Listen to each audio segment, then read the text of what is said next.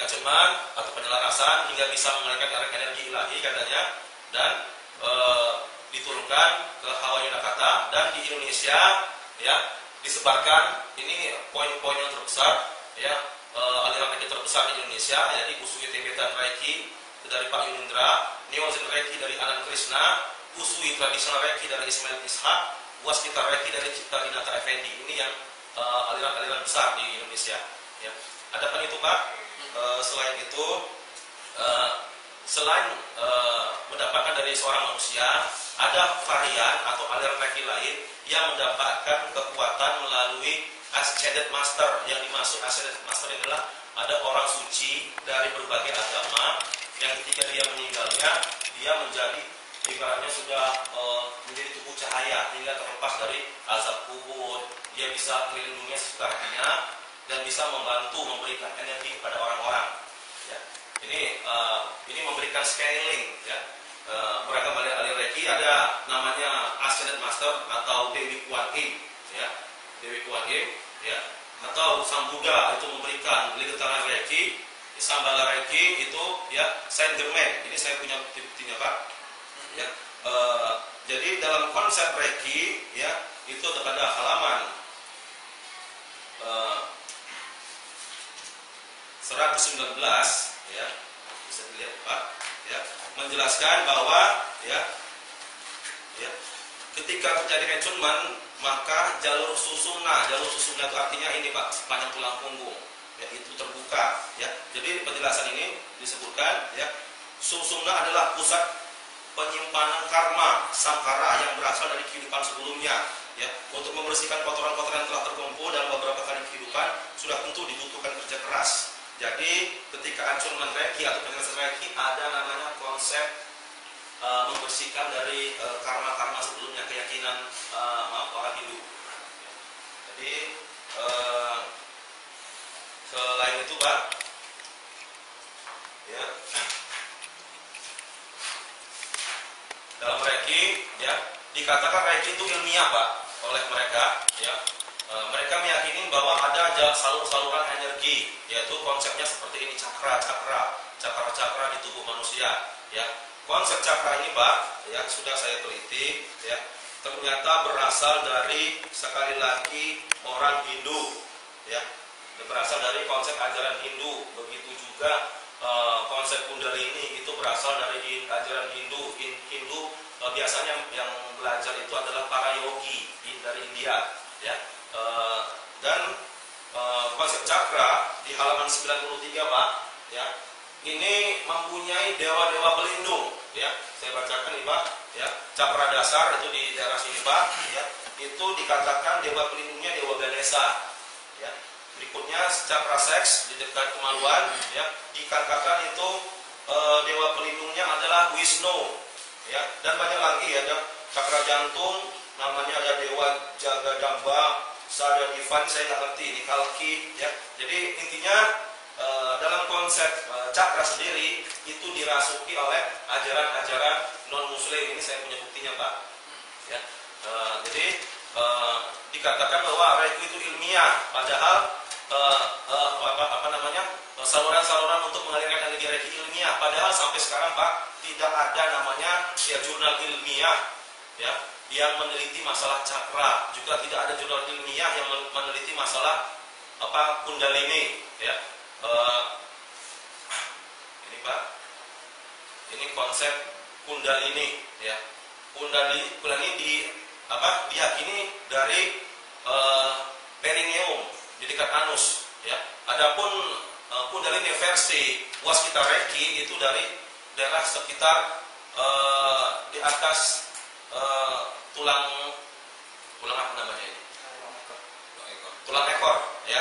Jadi dikatakan, diyakini, ini Waskita Reiki mengatakan reiki Kundalini adalah inti sel. Nah, tapi mereka mengklaim ya bahwa dengan dibaktikan Kundalini itu bisa melakukan hal-hal yang ajaib.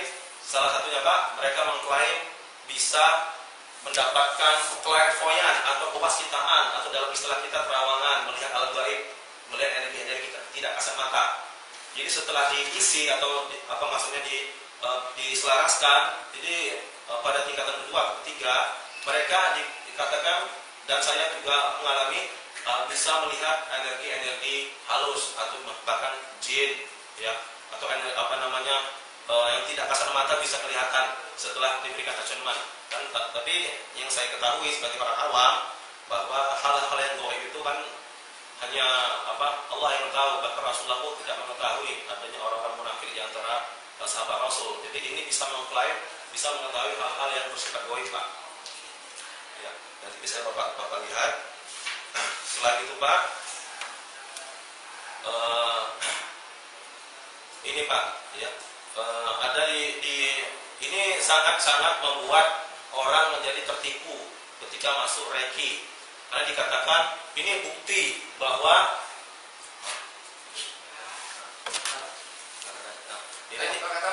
dikatakan bahwa ini bukti bahwa ketika mengalirkan energi Reiki bahwa tangannya lebih bercahaya, ya, lebih bercahaya, ya.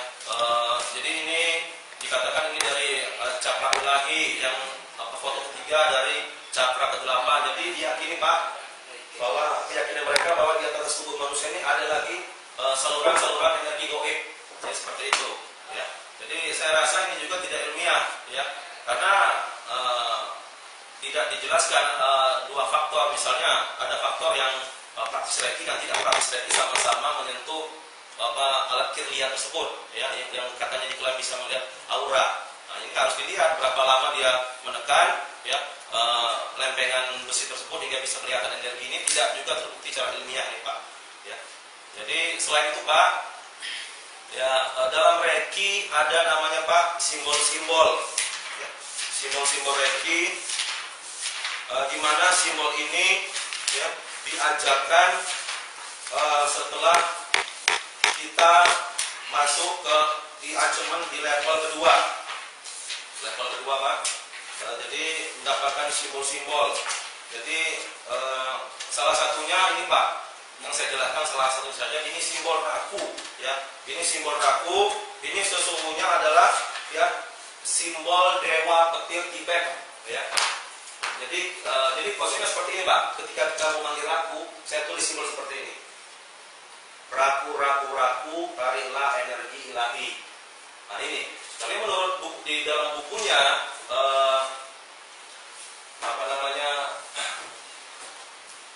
bukunya Cipta Dinata Effendi menjelaskan raku itu, ya, ini, Pak, ya, raku adalah lambang kekuatan dewa petir Tibet, ya, yang bernama Vajrapani, atau dalam bahasa Tibet disebut Donju Raiten, kekuatan langit yang terang benderang, ya.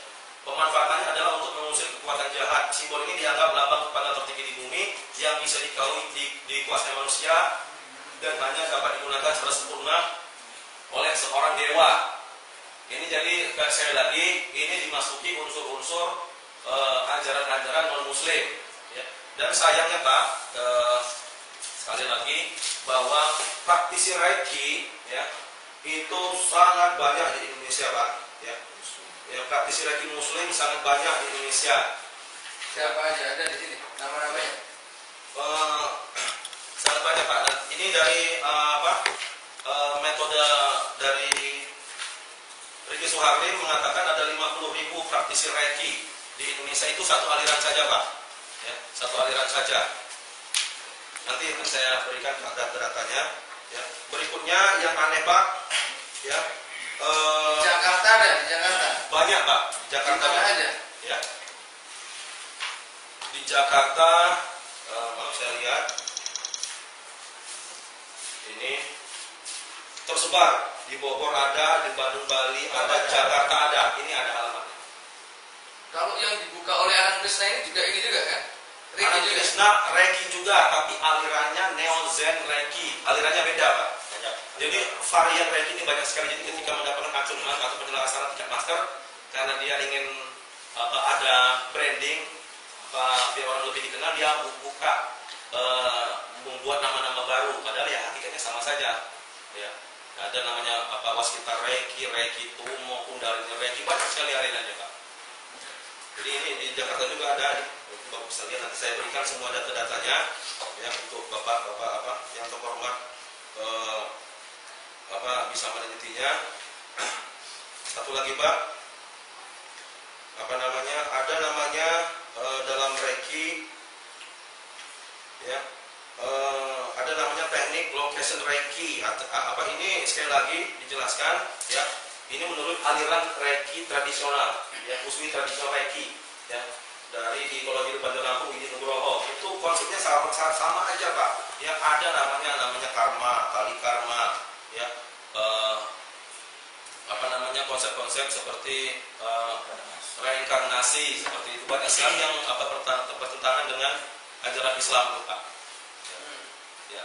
Ini dan yang paling utama Pak, para praktisi Master Reiki kebanyakan itu dari non muslim semua Pak ya, kayak seperti Grandmaster ya seperti ini ya, Irmansyah Effendi ya, ini Grandmaster Reiki Tumo. Ini agamanya Pak? Ini nggak jelas juga agamanya Pak ya.